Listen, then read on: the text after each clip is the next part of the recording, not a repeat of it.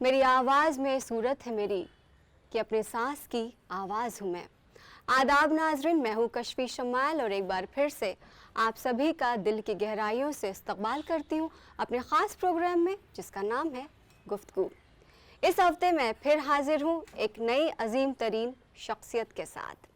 नाजरीन, जब मौसीकी और गुलकारी हमें विरासत में मिले और जब हमारे खून में हो तब उसकी ज़िम्मेदारी हम पर कुछ ज़्यादा बन जाती है। आज जो हमारे साथ मेहमान गुफ्तगू करने वाले वो कैसे गुलकार हैं, जब शायद वो इस दुनिया में नहीं आए थे तब से गुलकारी उनमें कहीं ना कहीं मौजूद थी। वो एक ऐसी शख्सियत है जिनके दादा परदादा, उनके वालिद, हर कोई पद्मश्री पद्म भूषण से नवाजा जा चुका है। आइए मुलाकात करते हैं अपने आज के मेहमान से जिनका नाम है उस्ताद गुलाम अब्बास खान साहब। गुलाम साहब, आपका इस्तकबाल है। आदाब से। सबसे पहला सवाल जो मैं आपसे पूछूंगी वो यही कि आपके अंदर जो गुलकारी का जो बीज है जी, वो तब से जो आप इस दुनिया में नहीं आए होंगे, बिल्कुल वो ये विरासत आप कैसे उस विरासत को बचा पाते हैं? बिल्कुल देखिए कशफी, ये खुशनसीबी है कि अल्लाह ताला ने मुझे उस ख़ानदान में पैदा किया जहाँ पर दिन रात सिर्फ मौसीकी मौसीकी मौसीकी। बचपन से 2-3 साल की उम्र से ही वालिद का रियाज सुनना, दादा का रियाज सुनना और घर में हमेशा मौसीकी का माहौल। तो जब खून में मौसीकी हो तो फिर तो आप कैसे अपने आप को बचा सकते हैं। तो जहाँ तक आपने अभी फरमाया कि उस ख़ानदान से, तो ये मेरी खुशनसीबी है कि अल्लाह ताला ने मुझे उस ख़ानदान में पैदा किया। रामपुर सहसवान घराना। मेरे नाना पद्म भूषण उस्ताद मुश्ताक हुसैन खान साहब, ख़याल गायकी में सबसे पहला पद्म भूषण उनको मिला था। उसके बाद मेरे वालिद साहब पद्मश्री उस्ताद ग़ुलाम सादिक खान साहब, मेरे ससुर पिछले साल उनको पद्म विभूषण मिला है उस्ताद ग़ुलाम मुस्तफ़ा खान साहब। तो उस ख़ानदान से ताल्लुक़ रखता हूँ। सहसवान घराना है आपका, रामपुर सहसवान घराना। जी, उस घराने का जो डिसिप्लिन है वो बड़ा मशहूर है, काफ़ी और भी आपके घराने हैं उनसे अलग है। तो क्या है इसमें खासियत, इस घराने की बात जानना चाहूँगी। हिंदुस्तानी मौसीकी की ये सबसे अनूठी बात है, सबसे रिमार्केबल भी मैं कहूँगा कि दुनिया में किसी भी संगीत में उस तरह की परंपरा नहीं चली जो हमारे संगीत में है। हर घराने की अपनी अपनी डिसिप्लिन्स हैं, उसी तरह से हमारे घराने का भी अपना डिसिप्लिन है। बचपन से रियाजत करवाना और डिसिप्लिन के साथ, अच्छा ये खुशनसीबी रही कि कभी घरानों में जो एकेडमिक क्वालिफ़िकेशंस हैं उनको अवॉइड किया जाता रहा, लेकिन हमारे घराने में ख़ास बात ये रही कि संगीत की तालीम के साथ साथ हमें एकेडमिक क्वालिफ़िकेशन भी मिली। तो पढ़ाई करिए, उसके बाद रियाज कीजिए, तो काफ़ी मेहनत बचपन से करनी पड़ी। तो आप पे कभी डबल बर्डन रहा कि मतलब स्कूल भी जा रहे हैं और साथ ही साथ आप रियाज भी कर रहे हैं? बिल्कुल डबल बर्डन रहा। कैसे आपने मैनेज किया? डबल बर्डन रहा, लेकिन यकीन कीजिए कि मैंने उस हर लम्हे को एंजॉय किया जो मेरे रियाज का वक्त था, क्योंकि मेरे दिल में ख़ुद बहुत ज़्यादा ख्वाहिश थी बचपन से। एक दौर ऐसा भी आया कि जो संगीत का स्ट्रगल है, इस हर फ़न में अपना स्ट्रगल है, लेकिन इस फ़न में बहुत ज़्यादा स्ट्रगल है। ज़िंदगी भर रियाजत करनी पड़ती है। तो वालिद साहब का बीच में थोड़ा सा दिल ऐसा उखड़ा कि भाई बेटा ऐसा है कि संगीत तो चलता रहेगा लेकिन साथ साथ कुछ और कर लीजिए। तो मैंने पढ़ाई तो कर ही रहा था, मैंने एक्सपोर्ट मैनेजमेंट भी किया, लेकिन खुदा की करीमी है कि मैं इसी काम के लिए बना था। तो वो सब कुछ पीछे छूटता चला गया और मौसीकी आगे आती रही, और उसकी करीमी है कि अल्लाह मियाँ ने नवाजा भी मुझे इस फ़न में। ये बात है। तो आपको अपनी जॉब, जो आप अभी जिस जॉब का आपने जिक्र किया, तो आपने वो छोड़ दिया? बिल्कुल, कुछ महीने ही किया। तो जो मेरे बॉसेस होते थे उस ज़माने में, वो कहते थे कि बेटा तुम इस काम के लिए नहीं बने हो।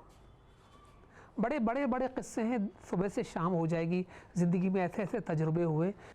आपने कुछ गज़लें भी कंपोज की हैं, मैं चाहूँगी कि आप कोई कंपोजिशन हमारे नाज़रीन को सुनाएं।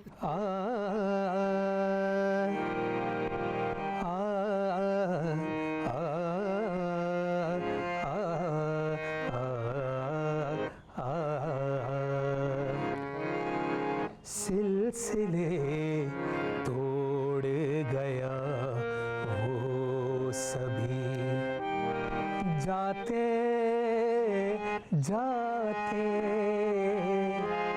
सिलसिले तोड़ गया वो सभी, जाते जाते वरना इतने तो मरासिम थे के आते जाते सिलसिले तोड़ गया वो सभी, जाते जाते। आपके घराने में मौसीकी को लेके आप लोग कई सारे एक्सपेरिमेंट्स भी करते हैं जी, तो ये जो ख्याल है कैसे आता है? हमारा घराना तो वैसे तो ख्याल का घराना है, क्लासिकल मौसीकी का घराना है और ख्याल उसमें मेन उनका अंदाज़ है, मेन उनकी गायकी का विषय है, सब्जेक्ट है। लेकिन घराने में मेरे नाना के ज़माने से ठुमरी, दादरा और यहाँ तक जब तक मेरी जनरेशन आई तो गज़ल भी गाना शुरू हुई।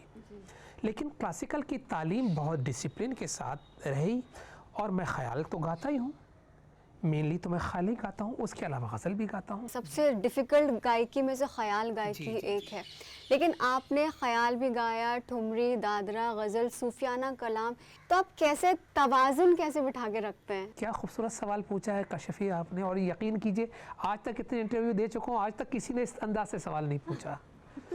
देखिए ये मेरे दिल का सवाल है कि एक फ़नकार को अपने आप को उस तरह से तैयार करना चाहिए कि जिस सब्जेक्ट के ऊपर भी वो गाए, जैसे ख्याल गाना है तो ख्यालिया लगना चाहिए, फिर उसमें लाइट म्यूज़िक का और सेमी क्लासिकल का अंदाज़ नहीं आना चाहिए। और अगर आप ठुमरी दादरा गा रहे हैं तो ठुमरी दादरे का ऑथेंटिक स्टाइल आए, उसी तरह से गज़ल जब आप गाएं तो गज़ल गायकी झलके। तो हमें इस तरह की तालीम दी हमारे वालिद ने कि बेटा जिस अंदाज़ को गाओ उसके साथ पूरा जस्टिस हो। क्योंकि आपकी वाबस्तगी ख्याल से रही है तो मैं चाहूँगी कि हमारे नाज़रीन को आप कुछ ख्याल सुनाएं। बिल्कुल कशफी, इस वक्त का बहुत ही मौजू एक राग है मधुवंती, उसमें मैं अपने वालिद की एक आपको कॉम्पोजिशन सुना रहा हूँ। रे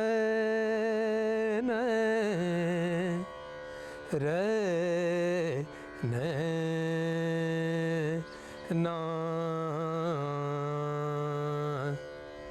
ता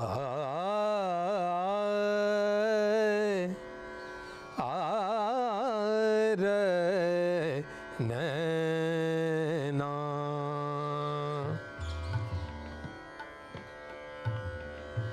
धीर धरो मोरे लाल, धीर धरो मोरे लाल, धीर धरो मोरे लाल, सुन लेगा परवर देगार, सुन लेगा परवर देगार, उसके करम बेशुमार, धीर धरो मोरे लाल, धीर धरो मोरे लाल।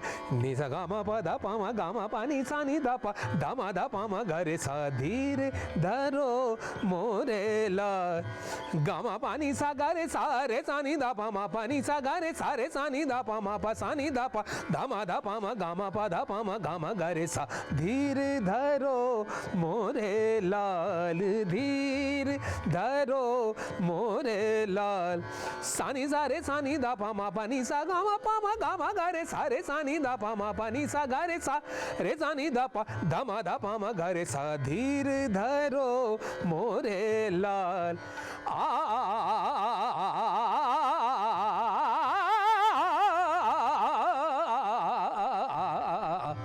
धीर धरो मोरे लाल। आप स्कूल के दिनों से आपको अवार्ड्स मिलने शुरू हो गए थे, जहाँ तक मुझे पता है, तो वो कौन सा ऐसा अवार्ड है आपकी ज़िंदगी में जो आपके दिल के करीब देखिए, है? अगर मैं स्कूल और कॉलेज के 3 साल और स्कूल के 10वीं के बाद से 5 साल अगर मैं कहूँ तो 145 अवार्ड्स मुझे मिले थे उस ज़माने में। हिंदुस्तान भर में मैं बड़े बड़े कंपटीशंस में क्लासिकल म्यूज़िक के और गज़ल के कंपटीशंस में जाता था। अच्छा, जब प्रोफेशनल हुआ तो अभी आपकी दुआ से सीनियर फेलोशिप अवार्ड मिल चुका है मुझे, महात्मा गांधी लेगेसी अवार्ड मिल चुका है, डॉक्टर राधा कृष्णन अवार्ड मिल चुका है मुझे, ग्लोबल अचीवमेंट अवार्ड मिल चुका है आपकी दुआ से। आप ऑनलाइन तालीम देते हैं, इंटरनेट का जिसे कहते हैं भरपूर फ़ायदा हमारे जो आज की जो जनरेशन उठा सकती है। तो ये जो आपका आइडिया था, ये कैसे आपके दिमाग में क्लिक किया कि पूरे दुनिया के में आपके शागिर्द मौजूद हैं? जहाँ तक मेरा ख्याल है 1200-1500 तो आपके शागिर्द हैं पूरी दुनिया की अगर बात की जाए। ये ख्याल कैसे आया? ये तो बून है आज के दौर में कि आप टेक्नोलॉजी के ज़रिए हज़ारों मील दूर बैठकर आप सब कुछ कर सकते हैं, तो क्यों ना तालीम भी दी जाए। तो दुनिया भर में मेरे बहुत सारे शागिर्द हैं जिनको मैं ऑनलाइन तालीम देता हूँ, और इस तरह से मैं इस फ़न की भी खिदमत कर रहा हूँ और अपने घराने की भी खिदमत कर रहा हूँ, और उन बच्चों के लिए भी मैं कुछ किसी काम आ पा रहा हूँ कि जिनके दिल में बहुत सीखने की लगन है। और आपकी दुआ से मेरे शागिर्द दुनिया भर में नाम पैदा कर रहे हैं। मेरी शागिर्दों में से अमेरिका में एक बहुत मशहूर गुलकारा हैं सेजल घायल साहिबा, अमेरिका में एक और बिटिया है मेरी नेहा बोरकर, वो भी बहुत अच्छा गा रही हैं। हिमांशु करके एक मेरा सुधांशु के नाम से एक शागिर्द है लखनऊ में, बहुत अच्छा गा रहा है। नेहा के साथ आपने एक डुएट गाया था और बहुत ही खूबसूरत कॉम्पोजिशन है, तो वो सुने बगैर तो इस प्रोग्राम को हम खत्म नहीं कर पाएंगे। ज़रूर तो मैं चाहूँगी कि वो आप कॉम्पोजिशन सुनाएं। ज़रूर। हम तो तस्वीर हैं, आईना आप हैं, हम तो तस्वीर हैं, आईना आप हैं, बेवफा हम नहीं, बेवफा हम नहीं, बेवफा आप हैं, हम तो तस्वीर हैं, आईना आप हैं। बहुत खूबसूरत शेर है। ऐसा महसूस होता है तन्हाई में, ऐसा महसूस होता है तन्हाई में, ऐसा महसूस होता है तन्हाई में, गोशे दिल में जलवा नुमा आप हैं, गोशे दिल में जलवा नुमा आप हैं, बेवफा हम नहीं, बेवफा आप हैं, हम तो तस्वीर हैं, आईना आप हैं। बहुत मज़ा आया और इतने सारे खूबसूरत कलाम आप सुना रहे हैं, हमारे नाजरीन भी लुत्फ़अंदोज़ हो रहे हैं। हिंदुस्तान के अलावा आपने बाहर भी कई मुल्कों में परफॉर्म किया है, तो उस वक्त कैसा महसूस होता है जब आप हिंदुस्तान से बाहर जाते हैं और आप अपने एक तरह से एक पूरे मुल्क की जिम्मेदारी होती है आपके ऊपर? मेरी ये हमेशा से तवज्जो रही और ये मेरा मुहिम रहा कि मुझे लोग मेरे अंदाज से पहचाने। तो उन जगहों पर मैंने सब जगह अपनी ओरिजिनल कॉम्पोजिशंस पेश की, और आपकी दुआ से दुनिया भर में मेरी ओरिजिनल कॉम्पोजिशंस मशहूर है। तराना भी आपके घराने का ही एक हिस्सा है। बिल्कुल। तो मैं चाहती हूँ कि आप एक तराना भी सुना दें। बिल्कुल कशफी, ये तो आपने ये भी बहुत खूबसूरत सवाल किया। रामपुर सैसवान घराने ने सबसे यूनिक रिसर्च तराने पे की है। उस्ताद निसार हुसैन खान साहब क्या गाते थे। तराना पहले से रहा है हिंदुस्तानी क्लासिकल मौसीकी का हिस्सा, हमारे घराने का भी हिस्सा रहा, लेकिन उस्ताद निसार हुसैन खान साहब ने तराने को एक नया रंग दिया। तो मैं एक तराना पेश करता हूँ जो मेरे नाना उस्ताद मुश्ताक हुसैन खान साहब की बहुत खूबसूरत कंपोजिशन है, राग देश में। दिर दिर दीम ताना ना दिर दिर दीम तो तोम ताना ना दे रे ना तादा रे दानी ना देर दानी तुम दिर ताना दे रे ना तादा रे ताना दे रे ना ना दिर तुम दिर ता देर दीम ताना ना देर ना तादानी ताना ना दिर दीम दिर दीम ताना ना दिर दीम दिर दीम ताना ना दिर ना दिर देते लेते ताना दे रे ना तादा रे ताना ना दिर देते लेते ताना दे रे ना तादा रे ताना दे रे ना तादीम ताना ना तादीम ताना ना ना दीम तोम ताना नारे नारे दीम ताना तादिया नारे तादा रे तादानी ताना ना ना ना ना ना ना ना ना ताना ना दिर्द रे मा पानी सारे सानी दा पा मा प धा पा मा गरे गरे सानी सा ताना ना नी सारे मा गरे सारे मा पा धा पा मा पानी सारे मा गरे सा रे सानी दा पा मा पा सानी दा पा मा पा धा पा मा गरे सा मा पा धा पा मा गरे मा पा धा पा मा गरे सा ताना ना दिर दिर दीम दी आ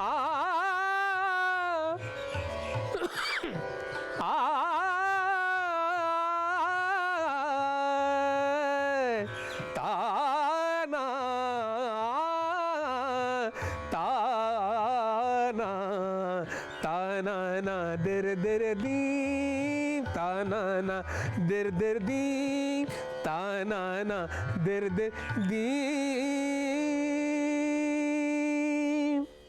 इतने सारे मौसीकी आपने हमें सुनाए, इतने सारे डिफरेंट उसके फॉर्म्स आपने सुनाए, ख़याल भी सुना हमने, गज़ल भी सुना, सब कुछ सुना। तो इस वक्त हमारे प्रोग्राम के ज़रिए मुल्क भर में और उसके बाहर भी जितने भी शागिर्द आपको सुन रहे हैं, इस प्रोग्राम के ज़रिए आप उन्हें क्या मैसेज देना चाहेंगे? देखिए, ना सिर्फ मेरे शागिर्द बल्कि हर उस स्टूडेंट को या हर उस सुनने वाले को मैं एक सबसे पहले तो ये मैसेज देना चाहता हूँ कि हमारा संगीत बहुत रिच है।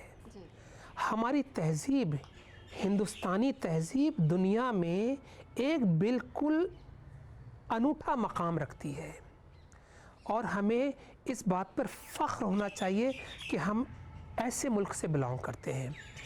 संगीत हमारी तहज़ीब का हिस्सा है, तो अगरचे आप अपने संगीत को सुनते हैं तो अपनी तहज़ीब से आप प्यार करते हैं। और वो लोग जिनको संगीत में इंटरेस्ट है, मौसीकी में इंटरेस्ट है और वो कुछ करना चाहते हैं, तो ये सबसे मेरी ये नसीहत है कि अच्छे उस्ताद से सीखें, क्योंकि ये एक ऐसा फ़न है, मैं हमेशा कहता हूँ ये एक राज है। ये हमारा संगीत एक राज है और वो राज सिर्फ उस्ताद के ज़ेरे साए खुलता है। और हमारे घराने में और ये तमाम मौसीकी के घरानों में सिर्फ संगीत ही नहीं सिखाया जाता है, ज़िंदगी जीने का सलीक़ा सिखाया जाता है, अदब आदाब सिखाया जाता है, ज़िंदगी के नशेब व फराज से आपको किस तरह से अपने आप को लेकर चलना है वो सब कुछ सिखाया जाता है। तो ये अपने आप में पूरा एक कल्चर है, एक तहज़ीब है और अच्छे उस्तादों से सीखें ताकि इस फ़न में आपको फ़रोग़ हासिल हो। चलते चलते अब मैं आपसे जानना चाहूँगी कि आप एक म्यूज़िक कंपोज़र भी हैं और आपने अभी रिसेंटली कुछ नए राग इजाद किए हैं, तो रिसर्च का वो जो आपका सफ़र था उसके बारे में बताओ, वो नए राग कौन कौन से थे वो भी बताएं। ये मेरे लिए बड़ी खुशनसीबी है कि रिसर्च के लिए हिंदुस्तानी गवर्नमेंट ने मुझे सीनियर फेलोशिप अवार्ड से भी नवाजा और 2 साल तक डिपार्टमेंट ऑफ कल्चर की तरफ से मुझे रिसर्च के लिए वजीफ़ा भी मिलता रहा। ये एक आर्टिस्ट के लिए बहुत बड़े फ़ख्र की बात होती है। और रिसर्च, क्योंकि घराना बनता ही रिसर्च से है, पुराने बुज़ुर्ग से जो असासा मिला है, हम अपनी ज़िंदगी में उस असासे को या उस ख़जाने में ख़ुद क्या बढ़ोतरी कर सकते हैं कि वो ख़जाना जो हमें अपने बुज़ुर्गों से मिला है, लेकिन आगे वाली जनरेशन को हम खुद क्या कंट्रीब्यूट कर रहे हैं, तो वो जहन में मेरे हमेशा से था। बचपन से ही कुछ नया करने की कोशिश थी। तो मैंने ख़याल की सैकड़ों कंपोजिशंस बनाई है, तरानों की कंपोजिशंस बनाई, और गज़ल की तो है ही बहुत कंपोजिशंस। उसके अलावा खुदा का शुक्र है कि कुछ नए राग ईजाद करने में मैं कामयाब रहा हूँ। उसकी करीमी है खुदा की, ये बंदे के बस की बात नहीं है, क्योंकि हमारा संगीत सूफीज़म से जुड़ा हुआ है, आध्यात्म से जुड़ा हुआ है। पूरी भारतीय संस्कृति आध्यात्मिक संस्कृति है। तो वो खुदा ने मुझे अता किया और कुछ नए रागों की ईजाद की। बुज़ुर्गों ने कोई जगह नहीं छोड़ी है। वैसे इतनी रिसर्च हो चुकी है कि नया रास्ता ढूंढने में बहुत मेहनत लगती है, लेकिन कुछ नए राग ईजाद किए हैं, जिसमें से एक राग है मोहिनी भैरव, एक राग है मांडवी टोड़ी। आपको मांडवी टोड़ी का एक प्रकार ज़रा सा मैं आरोह अवरोह में आलाप करके मैं सुनाता हूँ, ऐसे ही हारमोनियम पे ही सुनाता हूँ।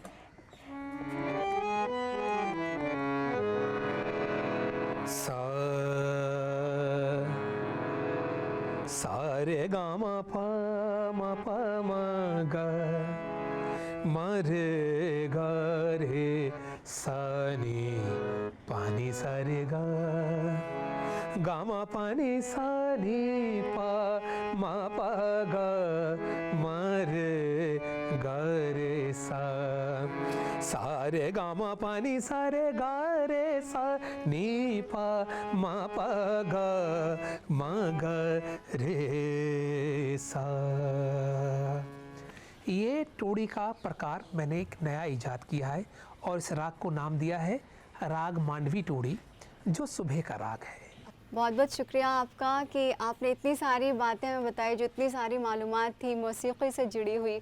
तो नाज़रीन, देखा आपने, हम बात कर रहे थे उस्ताद ग़ुलाम अब्बास ख़ान साहब से, जिन्होंने मौसीक़ी से जुड़ी हुई इतनी सारी हमें बातें बताई और कितनी संजीदगी और कितनी खूबसूरती के साथ वो अपनी विरासत को और जो भी उनके पास नॉलेज है, जो जानकारी जो उनको अपने पूर्वजों से मिली, म्यूज़िक में जो अपना मुस्तक़बिल बनाना चाहते हैं, उनको वो कैरी फॉरवर्ड कर रहे हैं। तो नाज़रीन, मिलेंगे आपसे अगले हफ्ते एक नई शख्सियत के साथ। मुझे और मेरी पूरी टीम को दीजिए इजाज़त। अल्लाह हाफ़िज़।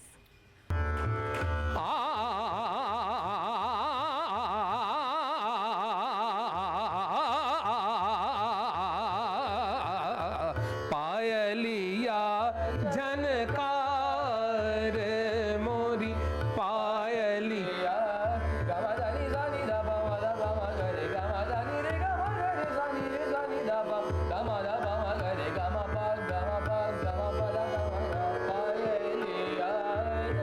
सानी दा पा दामा दा पा मा गा मा गा रे सा पायलिया सानी दा पा दामा दा पा मा गा रे गा मा गा रे सा पायलिया नी रे गा गा रे गा मा दा दा मा दा नी दा नी सा नी दा पा दामा दा पा मा गा रे सा नी रे गा गा रे गा मा गा मा दा